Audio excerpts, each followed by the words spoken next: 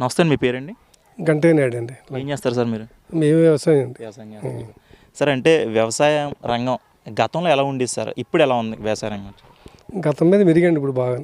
ఏ విధంగా అంటారు? అసలు ఏం ధాన్యం డబ్బుల విషయం కానీ ఏ విషయం కానీ బాగా మెరుగండి ఇప్పుడు. అంటే గతంలో కొనుగోలు విషయం అవనివ్వండి, లేకపోతే ధాన్యం సంచుల విషయంలో అవనివ్వండి, లేకపోతే రైతు భరోసా అవనివ్వండి, అప్పుడు ఎలా ఉండేది అసలు పరిస్థితి? సంచుల విషయంలో చాలా కరెక్ట్గా వచ్చేయండి. రైతులు బాగా సేవ్ అయ్యారు. ఈ సంవత్సరం డబ్బులు కూడా బాగా స్పీడ్గా పడ్డాయండి. ఈ సంవత్సరం గతంలో ఎలా ఉండేదండి సంచుల విషయాల్లో? కొంచెం సంచులు ఇబ్బంది పడ్డారంటే నెక్స్ట్ డబ్బులు కూడా మళ్ళీ పంటకు వచ్చేదాకా వేయలేదండి చాలా వరకు. అలా ఇబ్బంది పడ్డారు అప్పుడు. ఇప్పుడు వ్యవసాయ రంగానికి అసలు నీరు అనేది సక్రమంగా అందుతుంది అంటారా? అలా కాలువల పరిస్థితి కానీ రోడ్ల పరిస్థితి కానీ ఎలా ఉందండి ఇప్పుడు మీ నియోజకవర్గానికి? కాలువల పరిస్థితి కరెక్ట్గా ఉంటుందండి. నీళ్ళు వాటర్ ఏం కరువు లేదండి ఇప్పుడు ప్రస్తుతానికి అసలు ఏమీ. వారం టు వారం డాము వేస్తారు. మాకు ఇబ్బంది లేదండి ఇక్కడ. రోడ్ల పరిస్థితి ఎలా ఉంది సార్? రోడ్లు బాగానే ఉన్నాయండి. ఇప్పుడు ఈ మధ్యలో రెవెన్యూలో పెడుతున్నారంట. అంటే ఇప్పుడు చూసుకుంటే వైసీపీ వాళ్ళు చెప్తున్నది ఏంటంటే, గతంలో రోడ్లు కానీ వ్యవసాయ రంగాన్ని కానీ మేమే సక్రమంగా నడిపించాము, ఈ ప్రభుత్వం వచ్చిన తర్వాత కేవలం గుంతలు కూడా పూడ్చలేదని చెప్పి ఆరోపణలు చేస్తున్నారు. మరి గుంతలు పూడ్చారా, రోడ్లు వేసారా అనేది మీరు చెప్పాలి. రోడ్లు అంతకుముందు ఆ రోడ్లే లేదండి అసలు. కాలాగొట్లకి రోడ్లే లేవు. ఈ టైంలోనే పడతాయని ఇప్పుడు మా ఆచరణ బాగా. ఇప్పుడు మనం కూడా రాసుకెళ్ళారు, ఏవి గారు వచ్చి రాసుకెళ్ళి రోడ్లు మీకు వేస్తామని వచ్చి వెళ్ళారండి. అవి కూడా ప్రభుత్వం పెట్టారు. ఇప్పుడు చూసుకుంటే విద్యుత్ ఛార్జీలు ఈ కూటమి ప్రభుత్వం పూర్తిగా పెంచేసింది. విద్యుత్ ఛార్జీలు, కరెంటు బిల్లులు కట్టలేక ప్రజలు అవస్థలు పడుతున్నారని చెప్పేసి డిసెంబర్లో ధర్నాలు కూడా చేశారు విద్యుత్ ఛార్జీల మీద. మరి విద్యుత్ ఛార్జీలు ఎలా ఉన్నాయి గతంతో పోల్చుకుంటే ఇప్పుడు ఎలా ఉన్నాయండి? ఇప్పుడు తగ్గినండి. ఇది వరకు మీద గతం మీద తగ్గినండి విద్యుత్ ఛార్జీలు.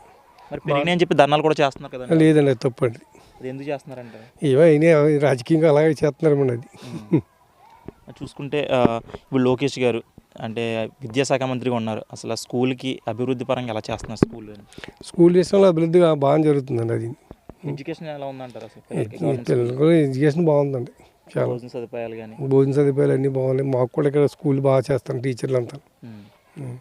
ఇప్పుడు చూసుకుంటే ఉచిత ఇసుక అని చెప్పేసి ఇసుక దందాలు చేస్తున్నారు కూటమి నాయకులు అని చెప్పేసి వైసీపీ వాళ్ళు ఆరోపణలు చేస్తున్నారు. ఇసుక విషయంలో ఎలా ఉందండి గతంతో పోల్చుకుంటే? ఇసుక విషయంలో ఏ ఇబ్బంది లేదండి.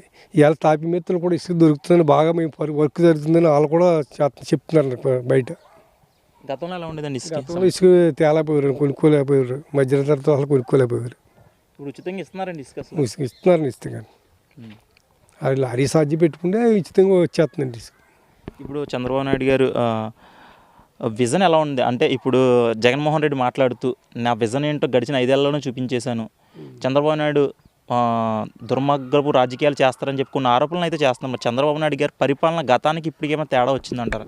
ఎలా తేలుతుందండి? ఇంకా 8 నెలలు జరగలేదు. ఎలా తెస్తుందండి? అప్పుడేను అలా చేసుకుంటూ వెళ్తున్నారు ఒకటి.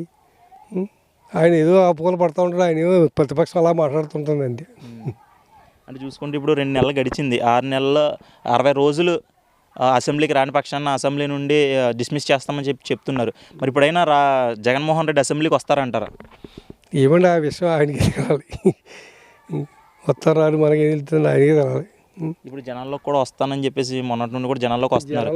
మరి జనాలు స్పందిస్తారు? మా ఏరియాకి ఎక్కడ రాలేరండి. ఇటు మా ఏరియా బట్టి తెలియదు. ఆయన ఇక్కడ ఇటు లేదండి అసలు. ఆ పార్టీ ఎక్కడే లేదండి ఇక్కడ అసలు. ఎందుకంటే లేదండి పార్టీ. కార్యకర్తలు కూడా ఎక్కడెక్కడ జంప్ అయిపోయారండి ఎవరి కాదు. అదే చూసుకుంటే పార్టీ నుండి చాలామంది రాజీనామాలు చేస్తున్నారండి. అంటే ఇప్పుడు ఏమంటున్నారంటే, కూటమి నుండి కొంచెం ఫోర్స్ రావడం వల్ల పార్టీ నుండి బయటకు వచ్చేస్తున్నారని చెప్తున్నారు. ఎంతవరకు నిజమండి? అదేం కరెక్ట్ కాదండి. కూటమి అంత ఫోర్స్ ఎందుకు చేద్దాం? వాళ్ళు అలా చేర్చుకోవాలని వచ్చినారు. ఆ టైప్లో ఉన్నారు కొంతమంది.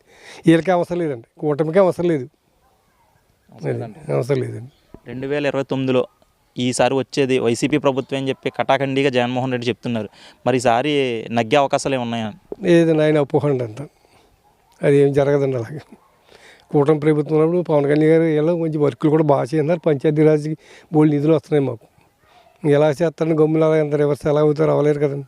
అది గ్రామాల అభివృద్ధి పరంగా బాగుందండి పవన్ కళ్యాణ్ గారు పరంగా బాగుందండి. సపోర్ట్ ఎలా ఉంది రాష్ట్రానికి? కేంద్ర సపోర్ట్ కూడా బాగుందండి. ఈ పవన్ కళ్యాణ్ గారు బాగా ఆయన్ని గౌరవిస్తున్నారు. ఆయన మోడీ గారు బాగుందండి అది.